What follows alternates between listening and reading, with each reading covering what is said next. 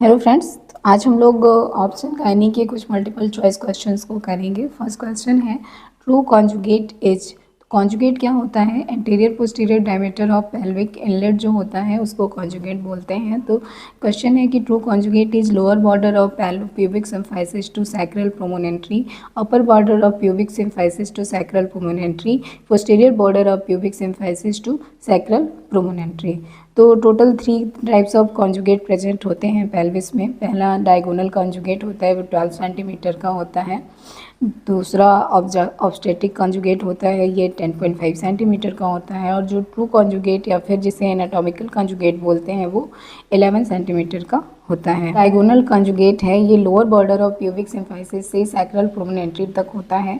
Obstetric conjugate आपका posterior border of pubic symphysis से sacral promontory तक होता है। और जो ट्रू कॉन्जुगेट होता है ये upper border of pubic symphysis से सैक्रल प्रोमोनेंट्री तक होता है। तो हमारा जो आंसर है वो बी होगा, upper border of pubic symphysis to sacral promontory. इसको याद रखने के लिए आप डॉट वर्ड याद रख सकते हैं। ये बिलो टू अपवर्ड, सबसे नीचे जो है lower border of pubic symphysis से जाएगा तो डायगोनल होगा।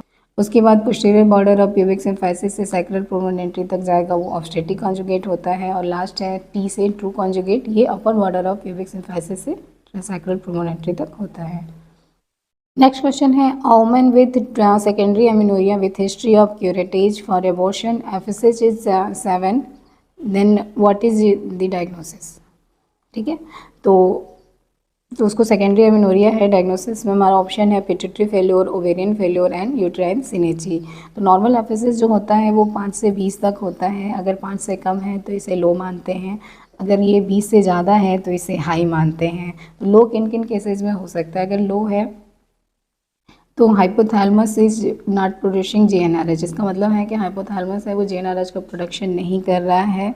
इसकी वजह से पिट्यूटरी भी है वो एलएच और एफएसएच हार्मोन नहीं बनाएगी। तो हाइपोथैलेमो पिट्यूटरी फेल्योर इसका एक कारण हो सकता है। दूसरा जो है तो ये हाइपोगोनाडोट्रोपिक हाइपोगोनाडिज्म का केस है। अगर हाई होता है यानी कि 20 से ज़्यादा है तो इसका मतलब है कि निगेटिव फीडबैक इफेक्ट नहीं हो रहा है, ओवरी जो है वो एस्ट्रोजन अच्छे से प्रोड्यूस नहीं कर रही है, तो यहाँ पे ओवेरियन फेल्योर होता है। ये अगर आप मेंस्ट्रुअल साइकिल अच्छे से पढ़ेंगे तो आपको समझ में आएगा कि हाइपोथैलेमो पिट्यूटरी ओवेरियन एक्सिस जो होता है वो कैसे काम करता है। तो यहाँ पे ये जो केस है ओवेरियन फेल्योर के केस में एफएसएच का जो लेवल है वो हाई हो जाता है। तो ये हाइपरगोनाडोट्रोपिक हाइपोगोनाडिज्म का केस होता है। अगर 40 से भी ज़्यादा है, बहुत ज़्यादा हाई हो रहा है, तो इसको वेरी हाई बोलेंगे और ये प्रीमेच्योर ओवेरियन फेल्योर के केस में होता है। यूट्राइन सिनेची क्या होता है कि adhesion formation inside the uterus, uterus में अगर एडेजन का फॉर्मेशन हो जाता है तो इसे यूट्राइन सिनेची या फिर एसरमैन सिंड्रोम बोलते हैं। और ये सेकेंडरी एमेनोरिया या इनफर्टिलिटी कॉज करता है। तो एडेजन जब यूट्रस में फॉर्मेशन शुरू होता है तो इसके कारण क्या हो सकते हैं? तो एंडोमेट्रियम की 2 लाइनिंग होती है कि स्ट्रेटम बेसिलिस होता है और स्ट्रेटम फंक्शनलिस होता है। स्ट्रेटम बेसल लेयर जो होती है वो स्ट्रेटम फंक्शनलिस जो लेयर है उसको फॉर्मेशन करती है, उसका रीजनरेशन करती है। और जो स्ट्रेटम फंक्शनलिस होता है ये डिजनरेट होता है एवरी मंथ और हमारे पीरियड आते हैं। तो in case of access curettage, अगर बहुत ज़्यादा क्यूरेटाज कर दिया जाएगा, डीएनसी अगर की जाएगी, तो ऐसे में स्ट्रेटम वेसल वाली जो लेयर है वो भी डिस्ट्रॉय हो जाती है। तो स्ट्रेटम फंक्शनलिस लेयर का फॉर्मेशन नहीं होता है और जो पीरियड्स तो नहीं आएंगे, सेकेंडरी एमिनोरिया भी हो जाएगा और एंटीरियर पोस्टीरियर वॉल जो है वो एक दूसरे से यूट्रस की चिपक जाती हैं। तो हमारा जो क्वेश्चन है कि ये क्या है, तो यहाँ पे हमारा एफएसएच लेवल नॉर्मल है। तो ये कहीं भी हाइपोथैलेमस पिट्यूटरी फेल्योर नहीं है और ओवेरियन फेल्योर नहीं है, सेकेंडरी एमिनोरिया है, लेकिन इसका जो कारण है वो यूट्राइन सिनेची है, क्योंकि इसका हिस्ट्री ऑफ क्यूरेटाज भी ये बता रही है। तो आपको क्वेश्चन से भी काफ़ी कुछ आंसर पता चल जाता है। नेक्स्ट क्वेश्चन इज कि 22-year-old asking for an emergency contraceptive within 8 hours of sexual assault and she is on 13th day of cycle, what is the suitable emergency contraception? Levonorgestrel tablet single dose, DMPA injection, OCP from day 1 of the next cycle and misoprost. तो इसका जो answer होगा वो levonorgestrel tablet उसको single dose देंगे। ये emergency contraceptive pills की तरह यूज किया जाता है। ऐसे में डिम्पा भी काम नहीं करेगा, ओसीपी भी काम नहीं करेगा, मेजोप्रोस्ट भी काम नहीं करेगा। मोस्ट इफेक्टिव जो इमरजेंसी कंट्रासेप्शन होता है वो कपल टी होता है। इसको इंटरकोर्स के 120 आवर के बीच में अगर पैर अंदर लगा दिया जाता है तो फिर ये काफ़ी अच्छा होता है। सेकेंड मोस्ट इफेक्टिव अगर कहें तो ये है यूलिप्रोस्टाल एसीटेट होता है। ये सेलेक्टिव प्रोजेस्टेरॉन रिसेप्टिव मॉड्यूलेटर होता है और इसको 30 mg सिंगल डोज देते हैं विद इन 120 आवर। नेक्स्ट हमारा जो ऑप्शन में था लीवोनॉर्जेस्टाल 1.5 mg स्टैट दिया जाता है with in 72 our.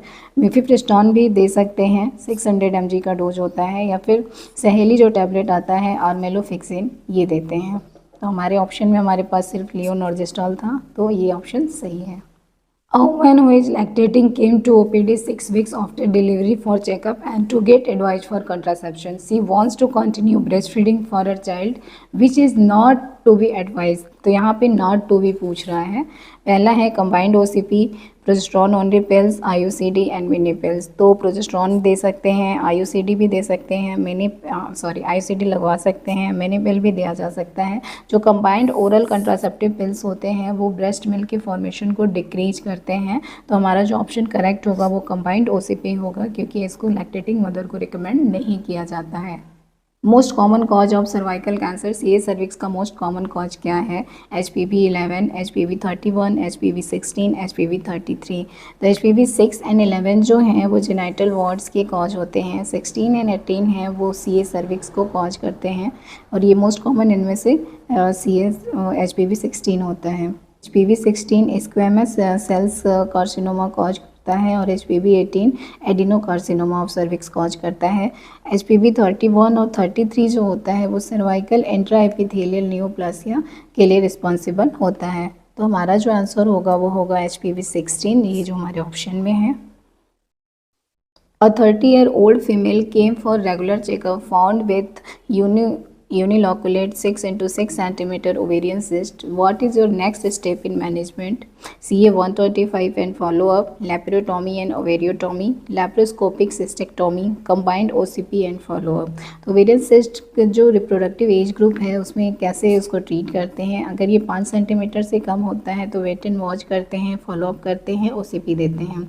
5 to 7 centimetre अगर है तो उसमें देखते हैं कि सिंपल सिस्ट है या फिर कॉम्प्लेक्स सिस्ट है। अगर सिंपल सिस्ट होता है तो ऐसे में फिर वेट एंड वॉच करते हैं, OCP देते हैं। कॉम्प्लेक्स सिस्ट है, मल्टीलोकुलेटेड सिस्ट है, तो ऐसे में सर्जरी एडवाइज किया जाता है। अगर सिस्ट 7 सेंटीमीटर या उससे ज़्यादा का है तो फिर ऐसे में ये नहीं देखेंगे कि किस टाइप का सिस्ट है, सर्जरी एडवाइज करते हैं। पोस्ट मेनोपॉजल एज है अगर 45 ईयर से ज़्यादा है तो ऐसे में सबसे पहले CA 125 कराते हैं, और अगर ये रिपोर्ट 35 से कम होती है तो फिर इसमें भी देखेंगे कि साइज़ क्या है। अगर ये 35 से कम है मतलब निगेटिव है, तो 7 सेंटीमीटर से कम अगर है तो USG कराते हैं, फॉलो अप करते हैं। 7 सेंटीमीटर से ज़्यादा है तो सर्जरी एडवाइज करते हैं, और अगर ग्रेटर देन 35 है देन सर्जरी एडवाइज करते हैं और पेशेंट को फॉलो अप में रखते हैं। हमारा जो 6 × 6 सेंटीमीटर का है तो इसके लिए हम कंबाइंड ओरल पिल्स देंगे और पेशेंट को फॉलो अप में रखेंगे। A patient presented with secondary amenorrhea after 5 years of marriage. On examination, she was found to have retroverted uterus with some tenderness and swelling near the posterior wall of the vagina. What is the appropriate diagnosis?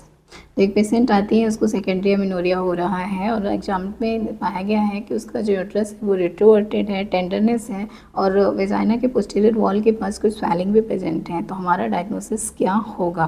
Posterior wall fibroid, cervical fibroid, endometriosis या फिर adenomyosis. तो रेट्रोवर्टेड uterus क्यों हो सकता है? अगर posterior wall fibroid है, cervical fibroid है या फिर एंडोमेट्रियोसिस के केस में यूट्रस जो है वो रेट्रोवर्टेड हो सकता है। जैसे एडिनोमायोसिस में यूट्रस रेट्रोवर्टेड नहीं होता है, नॉर्मल होता है, लेकिन इनलार्ज हो जाता है। यूट्रस का जो साइज़ है वो 12 to 14 वीक्स का बेबी के साइज, प्रेगनेंसी का जो साइज़ होता है उतना हो जाता है। तो रेट्रोवर्टेड तो हमें इन तीनों केस में मिलेगा। आगे का हमारे पास और भी कुछ चीज़ें बताई गई हैं कि टेंडरनेस प्रेजेंट है और स्वेलिंग प्रेजेंट है। तो एंडोमेट्रियोसिस के केस में 3 कार्डिनल साइंस हमें दिखते हैं। रेट्रोवर्टेड यूट्रस दिखता है, फॉर्म फिक्स्ड एडनक्सल मास है और ब्लूइश टेंडरनेस इन PUD। 3 सिम्टम्स क्या क्या दिखते हैं? डिस्मेनोरिया दिखेगा, इनफर्टिलिटी दिखेगा एंड डिस्पैरिनिया दिखेगा। तो एंडोमेट्रियोसिस की तीनों चीज़ें हमें दिख रही हैं। रेट्रोवर्टेड यूट्रस है, फिक्स एडिनेक्सल मास है, उसकी वजह से स्वेलिंग प्रेजेंट हो रही है, और ब्लूइश टेंडर नोड्यूल पीओडी में प्रेजेंट है, जिसकी वजह से स्वेलिंग पता चल रही है। तो हमारा जो आंसर होगा वो होगा endometriosis. Patient presents in labor on per vaginal examination, cervix is 5 cm dilated and fully effaced. Which stage of labor says in? तो पेशेंट को लेबर रूम में लाया जाता है, पीवी एग्जामिनेशन में देखा गया है कि उसका जो सर्विक्स है वो 5 सेंटीमीटर डायलेटेड है। तो फिर ये किस स्टेज में है, लेटेंट फेज में, एक्टिव फेज में, सेकेंड या फिर थर्ड स्टेज? तो सेकेंड एंड थर्ड स्टेज तो गलत है, latent phase and active phase में एक कन्फ्यूजन है। ओल्ड बुक में हमने पढ़ा है कि 3 सेंटीमीटर तक डायलेटेड होता है तो लेटेंट फेज है, उसके बाद वो एक्टिव फेज में हो जाता है। लेकिन न्यूज़ जो चीज़ें आई हैं उसके हिसाब से 0 to 5 सेंटीमीटर है वो लेटेंट फेज होता है, और 6 to 10 सेंटीमीटर एक्टिव फेज होता है। तो हमारा जो आंसर होगा वो लेटेंट फेज होगा। A woman after hysterectomy shown with distended abdomen, what is the electrolyte imbalance seen in her? तो एक वुमेन की हिस्टेक्टोमी हो चुकी है, उसके बाद उसका जो एब्डोमेन है वो पूरा डिस्टेंडेड है, तो किस टाइप का इलेक्ट्रोलाइट इम्बैलेंस उसमें दिखेगा? हाइपोकैलेमिया की केस क्या होता है, पैरालिटिक एलियस डेवलप हो जाता है, इससे गैस्ट्रोइंटेस्टिनल मोटिलिटी जो है वो कम हो जाती है और डिस्टेंडेड एब्डोमिनल कॉन्स्टिपेशन मिलता है। हाइपरकैलेमिया के केस में है ब्रेडी एरिथमिया और कंप्लीट हार्ट ब्लॉक। हाइपो और हाइपरनेट्रीमिया के केस में सीजर आता है। तो हमारा जो आंसर है वो हाइपोकैलेमिया होगा। The fertilization of an egg by a sperm typically occurs in which part of the female reproductive system? Vagina, fallopian tube, uterus and ovary. Fertilisation किस पार्ट में होता है ये आप सभी को पता है, फेलोपियन ट्यूब में होता है, तो इसका जो आंसर है वो फेलोपियन ट्यूब है। नेक्स्ट है कि which is the medical term for opening of the cervix during labour? तो सर्विक्स की ओपनिंग के लिए कौन सा मेडिकल टर्म यूज किया जाता है? तो इसके लिए डायलिटेशन यूज किया जाता है। Olfactory nerve is related to sight, sense of smell, peristalsis या फिर फेशियल सेंसेशन। तो 12 पेयर्स ऑफ क्रेनियल नर्व्स होते हैं। ऑल्फैक्टरी नर्व क्रेनियल नर्व है, तो ऑल्फैक्टरी नर्व जो है वो स्मेल के लिए, सेंस ऑफ स्मेल के लिए रिस्पॉन्सिबल होता है। ऑप्टिक नर्व विजन के लिए, oculomotor eye movement and purely pupil reflex. Trochlear जो है वो आई मूवमेंट के लिए होता है। Trigeminal face sensation and chewing. Abducens जो है eye movement, facial face movement and taste. Vestibulocochlear जो है हेयरिंग एंड बैलेंस के लिए रिस्पॉन्सिबल होता है। Glossopharyngeal throat sensation, taste and swallowing. Vagus movement sensation and abdominal organ के लिए। स्पाइनल एसेसरी जो है नेक मूवमेंट के लिए। Hypoglossal movement sensation and abdominal organ. तो ये जो हमारे 12 पेयर ऑफ क्रेनियल नर्व्स हैं, डिफरेंट क्या क्या फंक्शन करते हैं इसको जान लिया हमने। A P1A1 woman with a history of obstructive labor is being evaluated for contracted pelvis. CT pelvis shows both sacral alley is absent. What is the type of pelvis seen here? तो एक women है, इसका एक abortion हो चुका है, एक बच्चे की डिलीवरी हुई है और उसको ऑब्स्ट्रक्टिव लेबर की हिस्ट्री है। CT स्कैन कराया गया है, तो उसमें एक जो सैक्रल एली है वो दोनों अब्सेंट हैं। 2 सैक्रल एली दोनों साइड में पेल्विस में प्रेजेंट होती है। तो ये जो कुछ एबनॉर्मलिटीज़ हैं पेल्विस के, इसको जान लेते हैं। तो निगल्स पेल्विस होता है जिसमें 1 आला ऑफ सैक्रम प्रेजेंट होता है, और जो दूसरा आला ऑफ सैक्रम होता है उसका डेवलपमेंट अरेस्ट हो जाता है, यानी कि रुक जाता है। तो निगल्स पेल्विस में 1 प्रेजेंट होता है, ठीक है।